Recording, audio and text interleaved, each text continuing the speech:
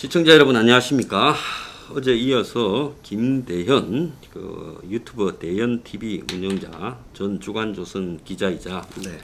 자유한국당 원주월 당협위원장으로 1년 2개월 동안 뛰었던 청년 세대 나오셨습니다.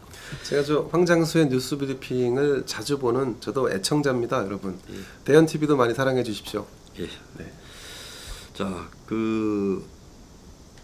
지난주에 이제 선거에 뛰었고 이해 안 가는 측면을 이야기했는데 나는 제일 이해를 안 가는 게 그럴 거라고 의심을 딱 하고 보고 있었는데 황 대표가 1월 22일 날 신년 기자회견을 하면서 총선 승리해서 저항적 대통령제 개헌을 하겠다고 난 처음에 내 길을 의심해서 아니, 속으로 그럴 가능성이 있는 사람이라 생각했지만 그 타이밍에 신년 기자회견에서 총선 승리해서 저항적 대통령제를 없애는 개헌을 하겠다. 그럼 총선 승리해서 문정권 독재를 끝내겠다라고 보통 총선을 앞둔 신년 기자회견에서 그래야 되고 솔직히 뭐 개헌 생각이 있더라도 그건 나중에 해야 되는데 그 말을 하길래 저 사람이 왜 저러나 했는데 그로부터 또 며칠 있다가 2월 10일인가는 또 김무성 전 의원이 또 사람들 때리고 옆에서가 뭐 참여연대니 민노총 이런 계열 국민 분권 100만 국민 발안제 원포인트 개헌하자고 제안을 했어요. 그래서 내가 이 사람들이 간첩인가 솔직히 나는 간첩인가 아니면 총선의 이 중요한 타이밍에 전해야 될 메시지가 이 보수 진영에서 원하는 메시지가 뭔데 왜 이 이야기를 이렇게들 해야 되는가. 그래서 내가 총선 찬성하는 사람 전 지역에 낙선시키겠다고 압박도 넣고 좀 했는데. 그래서 실제로 막 여기저기 전화도 하셔갖고 입장을 밝히라는 얘기도 하셨지 않습니까? 네, 많이 했죠. 어제 본 기억이 납니다. 네, 그런데 정말 이해가 안 가더라고. 왜 그렇게 했을까? 뭐 저도 이해가 안 갑니다. 이게 헌법을 개정한다는 것은 선거 때 뭐 좌파 진영에서 가끔씩 들고 나왔던 슬로건 중에 하나였죠. 그게 마치 정의인 양 혹은 도덕인 양 이렇게 했는데 실제로 정권을 잡고 나면 문재인 정권도 그렇게 안 하죠. 의욕이 없지 하는 척 그냥 말로 흉내내고 말하죠. 그런데 자신들이 불리해질 때쯤 되면 다시 꺼내죠. 그래서 항상 그래서 그거를 이 정치적 도구로 활용하는 것인데 좀 황교안 대표가 어떤 의도로 개헌을 하고자 했는지 전 잘 모릅니다. 제가 황 대표 체제에서 대표의 특별 보좌 역도 지냈는데 한 달에 한 번씩 회의를 할 때마다 느꼈습니다만은 이분이 전국을 주도할 수 있는 전체적인 그림을 그리고 움직이는 것 같지는 않아 보였습니다. 아마도 그 탄핵 문제도 이 나름대로는 어떤 특정한 참모들이 이 카드 한번 써보시면 어떻겠나라고 해서 전달을 해서 꺼내든 정도가 아니었을까라고 생각을 합니다. 근데 지금도 만약에 개헌을 한다고 하면 개헌이라는 것이 저는 뭐 정권을 잡고 나서 정말로 정권 초에 허심탄회하게 이러이러해서 권력의 유불리, 정치적인 상황의 유불리를 떠나서 한번 이렇게 해보겠습니다. 그래서 뭐 국민투표를 한다든지 뭐 이런 식을 빌려서 진정성을 담고 해야지 정치하는 분들이 그때 상황에 따라서 이 카드 한번 던져서 전체적인 국면 전환을 하고 또 이 카드 던져서 사실 개헌이 되겠습니까? 현실적으로 되지 않는 것을 자꾸 하겠다라고 뭔가 꼼수를 부리면 그 안에는 무언가 어떤 이해관계가 그 안에 이 상충돼 있거나 아니면 물밑에서 무언가 숨기고 무언가를 하겠다는 의도에서 그런 발언을 하는 걸로 의심이 되죠. 자, 그래서 어제 이제 미통당이 지지율도 역전됐다고 하고 또 뭐 자기들 10대 정책도 발표하고 그러는데 나는 미통당을 별로 안 좋아하지만 그래도 발표나 내용에서 좀 의미가 있기를 바라는 마음은 있어요. 지난번에도 안 좋아하지만 그래도 선거 때 막판에는 좀 응원을 하는 마음이 들더라고요. 그래서 어제 발표한 10대 정책 결정 내용 보면 무슨 공영방송사장을 대통령 임명권을 없앤다. KBS 시청 물론 필요하지만 굉장히 지연 말단전이잖아요. 10개 발표하면서 그게 2개예요. 그다음에 청와대 민정수석을 없애거나 공직기강 비서관을 그것도 지연 말단적인 거거든요. 거기에다가 이제 뭐 입시의 뭐 부정에 대해서 뭐 이게 뭐라고 할까요? 형벌을 좀 철퇴를 가한다는 뭐 이런 그런 상징적 수준이고, 그다음에 기본 소득이 이제 제일 위에 올려놓고. 네네. 그래서 전체적으로 봤을 때, 그다음에 선거 연령 인하한다는 소리 또 뜬금없이 또 실러오고. 네네.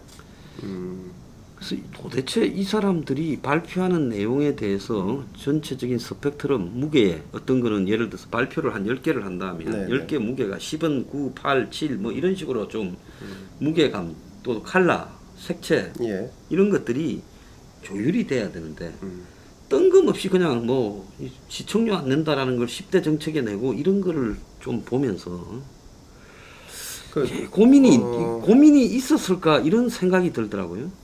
그 단편적인, 그러니까 종합적인 그 이해의 바탕을 둔 게 아니라 단편적인 것들을 끼워 맞추는 식으로 10개 채우려고 그냥 채우는 것 같아요. 제가 보기에도. 예, 그렇죠. 예. 그 예를 들면 청와대 민정수석을 없앤다, 뭐 인사수석을 없앤다. 예.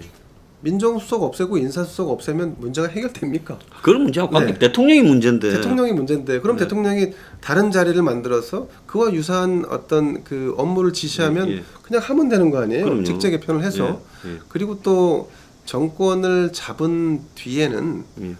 민정수석과 인사수석을 진짜 없앨 수 있는가? 예.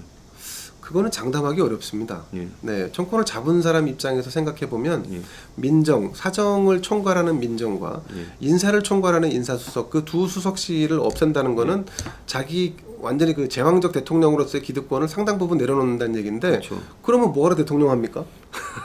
그 말이 안 되지 않습니까? 자, 뭐 그러니까 집권을 하지도 않았는데 마치 집권을 할 것처럼 가정해서 그렇게 얘기하는 것도 저는 좀 약간 뭐 맞지 않다 생각을 하고 말씀하신 바대로 대부분 다 당연한 얘기거나 아니면 뭐 KBS의 수신료 문제라든가 사장에 대한 임명권을 대통령이 갖지 않겠다는 문제도 그건 언론 개혁의 필요성 때문에 아마 그런 얘기를 했을 것 같은데 언론 개혁을 하려면 저는 KBS가 공영방송으로 누리는 지위를 다 뺏어야 한다고 생각하지 거기 사장의 임명권이 뭐가 중요하겠습니까? 그러니까 KBS라는 네. MBC라는 저런 공영방송 저런 네. 거를 유지할 필요가 있는가? 네.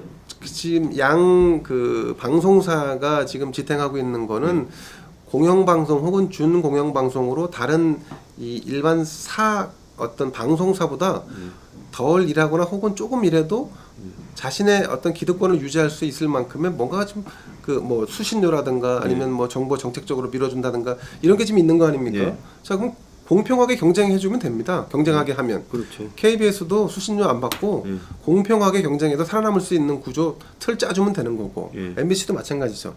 자 언론의 이게 지금 이제 미래통합당 내에서 항상 나왔던 얘기 중에 하나가 뭐 기울어진 언론 지형이다라고 하는데 본질의 해결을 하려고 해야지 그 지연 말단을 가지고 전체를 흔들 수는 없다 이렇게 생각합니다. 그리고 제가 정강정책에서 눈여겨본 두 가지는 국민 기본 소득을 첫 번째로 올렸다는 거 그리고 김종인 비대위원장이 지난번 대선 때도 한번 가지고 대종적 선동을 했던 경제민주화라고 하는 두 키워드입니다. 이거는 뭐 이를테면 김종인 노믹스라고 할 수 있는 거죠. 둘 다 경제와 복지와 관련된 건데 자 우선 당에서 정강정책으로 이걸 정했다는 것은 이게 정통 보수의 입장에서 보면 이거는 보수적 이념과는 배치되는 거기 때문에 유연하게 뭔가를 새롭게 받아들이려고 한다는 노력 자체는 인정합니다. 하지만 국민 기본소득을 하려고 하면 정강정책 그 아랫단에 복지와 관련된 전반적인 수정에 대한 그 논의가 수반돼야 돼요. 근데 복지에 대한 틀이 어떻게 흔들릴지에 대한 이해도 없이 그저 국민 기본소득이라고 하는 그냥 하나의 어떤 아젠다를 던지면 우리가 마치 좀 변하고 유연성이 있는 것처럼 더 보이지 않을까라고 판단했다면 그건 제가 볼 땐 판단 미스라고 보고요. 그리고 경제민주화라는 것도 그 김종인식의 경제민주화를 하겠다는 얘기로 제가 받아들여지는데 김종인식의 경제민주화는 이미 지난번에 한번 다 써먹었고 그래서 박근혜 대통령조차도 현실 그 국정 운영에서 반영을 못했던 거예요. 그렇다고 한다면 이번에 다시 미래통합당에서 김종인식 경제민주화를 추진하더라도 지난번에 한번 이미 국민들이 확인을 한 바 있고 정권 국정 운영 차원에서 본다면 그것이 현실화되기 쉽지 않다는 것도 일정 부분 입증이 된 겁니다. 왜 우리가 그러니까 보수 진영에서 선출했던 대통령이 그거를 이행을 하지 못한 거는 김종일이 싫어서 혹은 이행하기 싫어서가 아니라 이행하기 어려운 국정 운영에 구조적 문제가 있다는 거죠. 거기에 대한 이해도 좀 부족했다. 그래서 이 김종인 노믹스라고 대변되는 이 국민기본소득과 경제민주화 두 가지 키워드만 봐도 이 정강정책이 그냥 날림공사한 것 같다는 느낌이 좀 듭니다. 저는 다른 걸 떠나가지고 네. 이 한국의 뭐 보수가 아니라도 상식 정치를 지향하는 사람은 네. 이 노조 문제에 대한 이대로의 방치, 정치 노조 네네. 이런 대한민국의 경제의 방법이 없다고 생각하는 사람. 전 굉장히 개혁적으로 세상을 바라보지만 네네. 민노총이나 한국노총을 저 상태로 방치하고는 네. 한국의 경제 회생은 어렵다고 보고 있어요. 네, 저도 노조가 정치 세력화되고 이제 정권을 이렇게 좌지우지하는 단계까지 가고 있는 상황이 되었는데 기업인들이 이제 경제로서 네. 노조를 통치할 수 있겠느냐? 불가능한 상태에 왔다 가요. 네네네. 그러면 이 노조 개혁에 대한 이야기를 실제로 저 노조와 관련되는 사람 중에 미통당 찍는 사람이 몇 명이 있겠어요? 거의 없을 겁니다. 그거는 뭐 양대 저쪽에 비하면 소수라고 봐야죠. 네, 아주 네. 소수일 거예요. 네. 그렇다면 자신들이 이 노조 개혁을 가감하게 들고 나와가지고 그래서 노조 망국론이 지금 나오는 나라에서 이 부분에 대한 이야기들을 했어야 된다. 첫 번째 하나는. 두 번째는 그 주거 문제가 지금 부동산 난리가 났잖아요. 예. 그러면 김종인이 이야기하는 경제 민주화가 집이라는 것도 저는 필수제에 가깝다고 봅니다. 그러면 의식주의 기본이죠. 네. 그러면 그 필수제라는 집에 대해서 경제 민주화 내용 중에 어쨌든 우리는 이런 부동산 정책을 하겠다고 이야기를 했어야 되는데 정작 중요한 이 두 가지를 회피하고 좀 이야기하는 거는 안 그러면 또 지금 대학 입시가 지금 조국 아들 문제나 또 이인영이 저 아들 문제나 조국 딸 아들 이인영이 아들 문제나 이런 데서 보듯이 뭐 김두관도 그런 예가 나왔지만 지금 이 좌파들의 상층이 이 입시나 취업 과정에서의 공정성 문제를 얼마나 흐트리고 있는가를 우리가 보고 있잖아요. 그러면 정말로 젊은 사람들이 원하는 거는 뭐겠습니까? 부모 백도 필요 없고 정부도 백도 정보 뭐 이런 것도 그 스펙도 필요 없이 시험 성적으로 대학에 가게 해주라 이거 아니겠습니까? 그렇습니다. 취업도 그렇고요.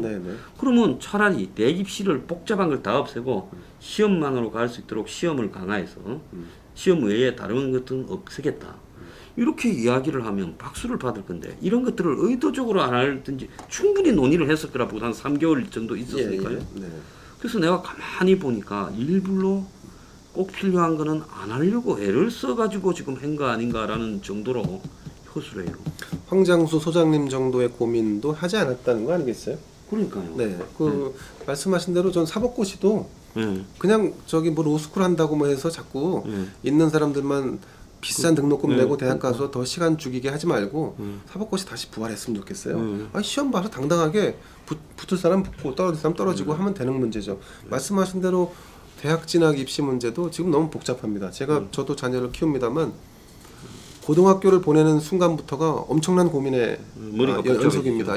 그러니까 그렇게 무슨 뭐 학종이다 뭐다 해서 내신부터 해갖고 더군다나 요즘은 자율학기제도 해서 아주 아이들을 키워가는 게 이만저만 힘든 게 아닙니다. 그럴 바에는 차라리 고3 때 딱 한번 시험 보자. 근데 지난번에 저희 때는 수능 시험을 봤는데 한 번 보는 것이 너무 20년 가까이 살아온 아이들에게 단 한 번의 선택을 제공하는 게 문제가 있을 수 있다 뭐 해서 2번을 봤거든요. 그럼 그렇게 하는 것도 괜찮습니다. 고3 때 고3 상반기에 한번 수능 보고 하반기에 수능 한 번 더 봐서 잘 나온 점수로 그러면 가면 되는 거 아닙니까? 시험을 통해서 하는 게 제일 공정할 수 있다고 저도 생각합니다. 아까 노조 문제 저도 이제 이번에 좀 아쉬웠던 게 미래통합당이 조금 더 파이팅을 보여주려고 했으면 노조하고는 한 번쯤은 뭔가 좀 했어야 돼요. 그래서 이제 예를 들면 지금 산별 노조 형태로 돼 있으니까 민노총이라든가 한노총은 이 위에 있어서 이 사람들을 다 통솔 지휘하는 엄청난 거대한 조직으로 바뀌어 있습니다. 자, 지금 산별 노조가 왜 필요합니까? 다 각각의 사업장별로, 각각의 기업별로 처해 있는 입장과 상황이 다 다릅니다. 그런데 그걸 일괄적으로 뭔가 적용하라고 계속 요구한다거나 임금의 문제도 그렇고 그렇죠. 어떤 이 작업장 노동의 환경 문제도 그렇고 다를 수 있다는 것을 전혀 배제하고 일괄적으로 뭔가 요구하는 거. 그래서 그것이 안 통하면 어떻게 합니까? 파업하지 않습니까? 네. 자, 이러면 기업이 살아날 수 있겠습니까? 자, 지금 산별 노조 형태를 그냥 각 기업별로 형태로 해서 쪼개놓는 정도의 이 정도 수준의 개혁 정도는 해야 되지 않을까? 그렇지 않고는 노조를 인정하되. 네, 그렇지만 인정하죠. 정치 노조, 그렇습니다. 상급 정치 노조는 없어요. 맞습니다. 네. 예, 현장 위주로만. 현장 위주로 하는 거죠. 그리고 주거 문제도 제가 이제 좀 아쉬운 대목인데 이런 가정을 한번 해볼까요? 만약에 지금 이제 집권당인 민주당이 부동산 3법을 강행, 독주, 처리했지 않습니까? 그런데 만약에 미래통합당이랑 합의해서 처리했다고 칩시다. 그러면 부동산 가격이 안정되고 공급이 안정적으로 이루어지고 있을까요? 뭐 꼭 그렇지 않을 거예요. 그렇게 부동산 문제가 이렇게 쉽게 해결되는 게 아니죠. 그래서 이제 부동산 3법과 배치되거나 혹은 그걸 보완할 수 있는 정도의 내용은 적어도 정강정책 안에 넣었어야지만 그래야지만 정당하게 언론으로부터 카메라 세례도 받을 수 있는 거고 그리고 그런 얘기를 하는 스피커는 기존의 구태의견한 무슨 중준이 나와서 얘기한다거나 무슨 뭐 위원회에 무슨 이 뭐 어떤 상징적 인물을 내세워서 뭐 이렇게 카메라바를 받게 한다는 게 아니라 지금 당 안에서 정책을 주도할 수 있는 사람을 발굴해서 내세워야 돼요. 이를테면 유니스 의원 같은 사람이 해야죠. 그런 사람이 해야지만 과거와 다른 포맷이 형성될 수 있는 거고 그저 반사 이익으로만 정당의 지지율을 끌어올리는 게 아니라 뭔가 대안을 내고 있구나. 그래서 정권 재창출할 수 있는 씨앗이 트고 있구나라고 하는 그런 희망을 줄 수 있는 거죠. 근데 지금 이런 정강 정책은 제가 볼 때 감동은 없어요. 그래서 내가 볼 때 일부러 네. 쟁점을 안 불러일으키려고. 그렇죠. 그래서 누군가 반대 진영이 시비를 걸어서 지금 조용히 자기들끼리는 잘 가고 있는데 이 부분을 갖다가 누군가 시비를 걸어서 그것이 화제가 되고 또 거기에 싸움이 왔다 갔다 하면서 엮이고 싶지 않다. 그래서 그런 소재들은 다 빼버리고 여야 간이든 뭐 이해관계자든 이 충돌할 수 있는 부분은 다 빼버리고 그냥 그야말로 아까 말한 지역 말단적인 부분들만 짜집기 해서 적당히 던져가지고 전 이때도 그냥 조용히 가자. 지금 이런 부분이 포함된 게 아니면 이런 안이 나올 수 없다는 거죠. 그러니까 제가 미래통합당을 요즘 바라보면서 거의 아무것도 하지 않는 것처럼 보이지 않습니까? 예. 근데 가만히 전략 가만히 아무것도 안 하고 있으면 집권당이 어차피 스스로 무너질 거니까 감나무에서 감 떨어질 때를 기다리는 것 같은 느낌인데 근데 여기서 우리가 하나 놓치는 게 있습니다. 보수 진영도 마찬가지고 중도 성향이든 뭐 아마 이거는 이제 좌파들 쪽에서도 원하는 바일 텐데 그 보수 정당이 바뀌길 원합니다. 변화하길 원하고 쇄신하길 원하는 부분 이건 시대적인 요구사항이라고 저는 생각합니다. 그런데 이런 시대적인 요구사항을 만들어갈 수 있는 에너지를 누가 지금 제어하고 있거나 누르고 있는가. 현재 미래통합당의 수뇌부들이 가만히 있으면 중간은 간다는 전략으로 그 팽창하는 에너지를 다 제어해버렸습니다. 그러면 미래통합당의 변화와 혁신은 없는 거죠. 변화와 혁신이 없으면 정권 재창출을 어떻게 합니까? 불가능하죠. 이런 식의 정당 운영에 대해서 저는 굉장히 좀 불만이 많습니다. 지금은 당내에 분출하고 하려고 하는 아니면 당을 조금 더 새롭게 만들려고 하는 그 에너지가 터질 수 있도록 길을 만들어주는 게 궁극적으로 보수 진영이 사는 길이라고 생각합니다. 자, 참 답답한데요. 이번에는 그 여권 이야기를 좀 해보겠습니다. 오늘 이제 지금 막 나온 뉴스가 갤럽 조사. 이재명 19, 이낙연 17 해서 이제 대선 후보 이 선호도에서 둘이가 역전됐다. 그렇습니다. 이 부분 이야기인데요. 사실은 뭐 시간 문제로 보여지진 않았습니까? 맞습니다. 네. 이미 몇 주 전 이재명 경기지사가 허위사실 유포와 관련된 공직선거법에 대해서 대법원에서 무죄 취지로 파기환송을 했지 않습니까? 형의 강제 입원을 시켰는지 안 시켰는지 뭐 이건 사실은 굉장히 지엽적인 사안인데 그 사안을 가지고 대법관 전원이 모여서 유죄인지 아닌지를 판단했다는 것도 참 모양새가 좀 우스운 상황이었는데 어쨌든 그렇게 해서라도 이재명을 살려주니까 추세상 이미 이낙연과 이재명은 이제 역전이 돼 있는 상태였고 데이터상의 결과물이 오늘 한국갤럽 여론조사에서 나온 거죠. 이재명 경기지사가 19%로 1등을 했고 이낙연 의원이 17%를 받았네요. 그리고 3위는 윤석열 9%, 뭐 그다음 기타 등등은 뭐 언급하지 않겠습니다.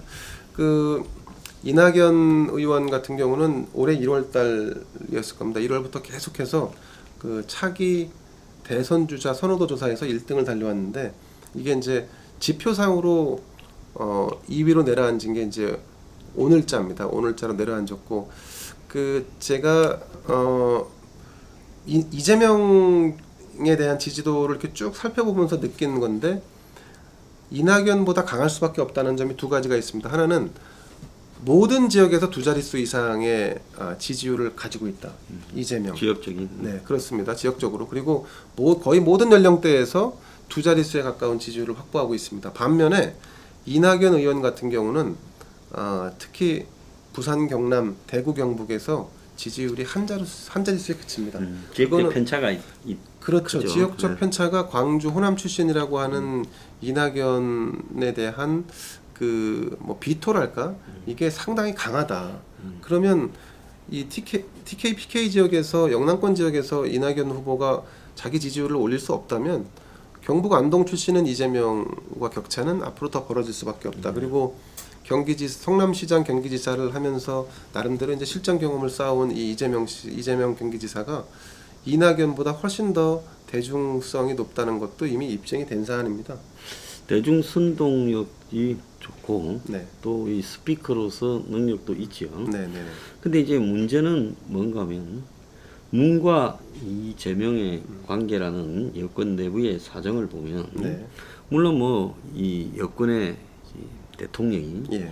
뭐 막으려고 해도 나중에 이제 자신의 레임덕이 오고 네. 경쟁자가 이제 후임자가 세게 밀고 가면 지난번에 노태우 YS의 관계처럼 막지 못했고 그렇죠. YS도 또 이해창을 막지 못해서 그랬습니다. 나중에는 아예 떨어져 버리라고 하는 상황으로 가버렸는데 네. 근데 지금 이제 이 문과 이재명의 관계라는 측면에서 보면 지난번에 파기환송이라고 해서 이제 살려는 줬지만 네. 뭐 이재명까지 아웃되면 실제로 여권 내부가 실제 쓸만한 여권 주자가 박원순까지 이제 자살한 마당에서 거의 별로 없었기 때문에 없죠. 네. 그럴 수 있는데 지금 이재명 부분에 대해서 이 둘 사이가 저렇게 원만하게 계속 굴러갈 수 있을까요? 문이 볼 때는 내가 볼 때는 이재명 씨가 되면 원래 같은 편끼리 또 보내잖아요. 그렇죠. 네. 권력은 냉정하고. 근데 100% 보낼 것 같은데. 네. 그 문재인 정권, 문재인 대통령에 대해서는 민주당 전체가 결국은 갈라서는 지점이 곧 다가오고 있다고 저는 봅니다. 그 정권의 내리막길, 이 정권 임기 말에는 사실 뭐 미래통합당에서는 뭐 그래요. 그 뭐 독주했고 또 부동산 정책을 실정했기 때문에 그래서 지지율이 떨어지고 있다 이렇게 얘기하지만 사실은 지지율이 떨어지는 건 당연하죠. 임기 말이 되면 국정의 동력이 상실되고 그리고 새로운 지도자를 바라보는 쪽으로 관점이 옮겨가기 때문에 당연히 떨어지죠. 근데 이제 이 떨어지는 지점이 그 우리가 예상했던 것보다 그 밑으로 갈 때 예를 들면 30%대도 무너졌을 경우에 그럴 때는 민주당은 완전히 차기 구도로 바뀌죠. 민주당 안에 있는 사람들이 그렇게 하지 말라 그래도 친문을 제외한 나머지 사람들은 다 돌아설 수밖에 없습니다. 돌아서야지만 새로운 정권 창출이 가능해지니까요. 친문을 바라보는 이른바 문바들만 가지고 정권을 잡을 수 있다면 그러면 그렇게 안 되겠지만 이건 소수란 말이죠. 지금 이번에도 여론조사에서 나온 게 대통령 국정운영 지지율을 다시 한번 볼까요? 39% 나왔는데 근데 이제 여기에 부동산 정책과 관련된 질문 조항이 하나 더 있었습니다. 잘못하고 있다가 65%였고 잘하고 있다가 18%였습니다. 저는 제가 이 대목에 주목하는 게 대체로 거의 모든 사람들이 부동산 정책은 실패했다고 보고 있습니다. 근데 그럼에도 불구하고 18%가 잘하고 있다라고 한다는 거 아니겠습니까? 그럼 적어도 이 18% 정도는 완전히 문바에 속하는 열혈 지지층이다. 마지막까지 남을 지지층이고 이게 제가 볼 때는 문 대통령이 그나마 지킬 수 있는 마지노선이라고 봅니다. 그러면 18%를 얻는 대통령을 민주당이 지지할 수는 없는 거잖아요. 민주당은 또다시 정권을 창출하기 위해서 51% 가까운 지지를 얻어야 되니까 그러니까 그 지점이 20%대로 떨어지게 되면 그러면 민주당과 문 대통령은 자연스럽게 갈라서게 되고 그럴 때 이재명은 지금보다 목소리를 더 잘 낼 수 있다고 봅니다. 그리고 잘 내면 지지율이 상승할 수 있겠죠. 지지율이 상승하면 그러면 문 대통령이 그때는 이재명을 어떤 식으로든지 제어하는 게 아니라 이재명이라도 돼서 조금 더 안전하게 퇴로를 만들어보자 하는 쪽을 갈 수도 있겠죠. 자, 근데 문이 흘린 피가 역대 모든 후임 정권이 전임 정권을 흘리게 한 피보다 몇 배는 많을 것 같아요. 문이 흘리게 만든 피가.